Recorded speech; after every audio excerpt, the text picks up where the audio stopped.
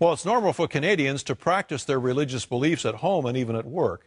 But in the tiny nation of Bhutan, Christians can be denied a promotion because of their faith, or they can be put in jail for sharing the gospel in public. Gary Lane brings us a rare glimpse inside this Buddhist kingdom. Welcome to Bhutan, a Buddhist kingdom of less than 1 million people nestled in the midst of the Himalayas.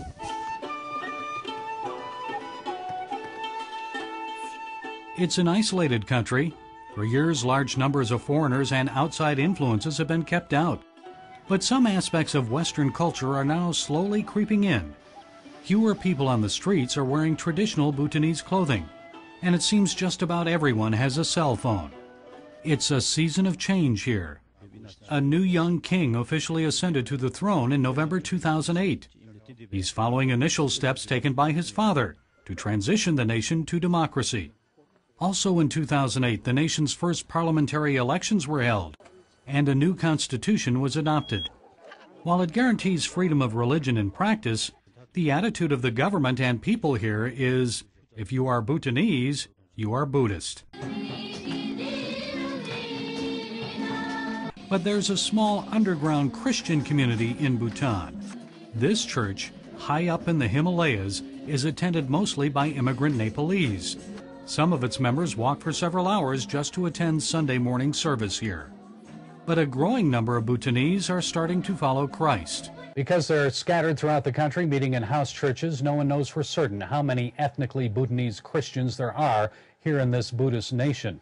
Now, some of them talked to us, but few wanted to share their stories on camera. One church leader agreed to share with us only if we protected his identity.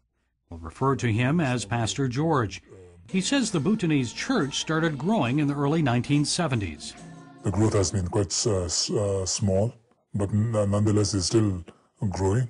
It's almost pioneering in some sort of ways, like the churches were probably at the day of Pentecost. There's no proper theologically trained pastors or those in leadership as well. It's all led by lay people. It's all in homes, in home settings. Groups are very small, loosely knit.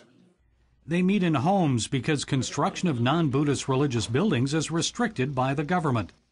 The import of Christian materials is not allowed, and Christian missionaries are prohibited from entering the country. The government denies Christians the right to share their faith in public. I think you can be fined, and at the worst you can go to jail as well. The nation's newspapers are now recognizing that a Christian community exists in Bhutan. Often Christians are depicted negatively. This government newspaper, the Kunsel, talks about Bhutanese joining Christianity for economic reasons, so they don't have to spend money for various rituals. It told of a 76-year-old who was beaten for refusing to convert to Christianity. It also reported that Christian groups in one village were causing unease. Recently, the Bhutan Times denounced what it called vague evangelist websites that claim persecution of Christians in Bhutan. It said the government is not in the persecution business. Tell that to this Christian. He wouldn't appear on video, so we made an audio recording of his testimony. He said back in the year 2000, an angry government official threatened to kill him if he did not renounce Christianity and return to Buddhism. He said, otherwise, who knows, especially out of the country. And he said, for the sake of country, I will kill you also. I think government will not object about this. Because to kill you is to save the people from going to Christian. But he stood firm in his faith. I said that I will not give up. I will not give up because he is the only God I find as a true God. Then I knew that, no, Jesus saves me. Nearly a decade later, government officials are making fewer threats against Christians. I think there's a notion that it should get better with the introduction of new constitution.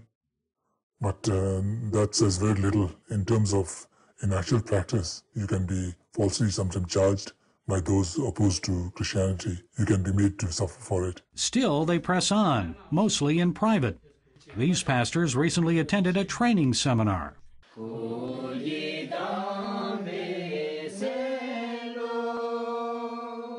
Christian leaders here say more sound biblical teaching and leadership training is needed. They also ask that Christians around the world pray for them. Pray the church will be prepared to meet all the challenges. In as much as we have the assurance of love and praise from the West, but it's ultimately the Christians here that will have to stand on their own under the Lord's banner. And he promises he will never leave them nor forsake them. Gary Lane, CBN News, Thimphu, Bhutan. You know, I think it's good for us as Canadians to realize that it does sometimes require a commitment to share your faith. And it helps us to take a look at a place like Bhutan. And I know we often will feel persecuted in the workplace about our Christian faith, or perhaps in our neighborhood or around friends, but we're not being persecuted like folk are overseas. But today, maybe you are paying a price for being a Christian.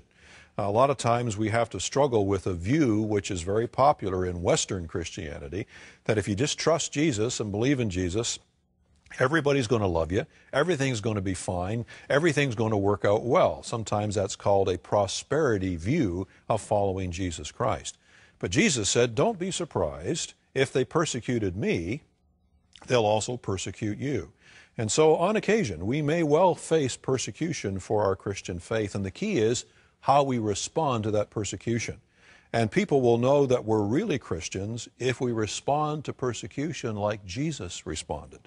And how did Jesus respond? Well, sometimes he didn't respond at all. It said that he was like a lamb that was not speaking, not bleating before its shearers, not saying anything. Sometimes we just need to ignore the complaints. Other times we need to, in love, respond and to say to people, I am following Jesus because he has changed my life. How you respond, the way you respond, the attitude that you respond in will make a difference in terms of how God may use that persecution, as he did with Jesus, to make a difference in people's lives. And so we just want you to know, if you are paying a price today in your family, in your community, in your workplace, we would love to pray with you and encourage you so that you might stand strong in your faith. Don't be surprised when persecution comes, but know that God himself, through Jesus Christ, is standing with you. So call us at 877-431-7887 or 416-431-0700, and we'll pray with you to stand firm in your faith.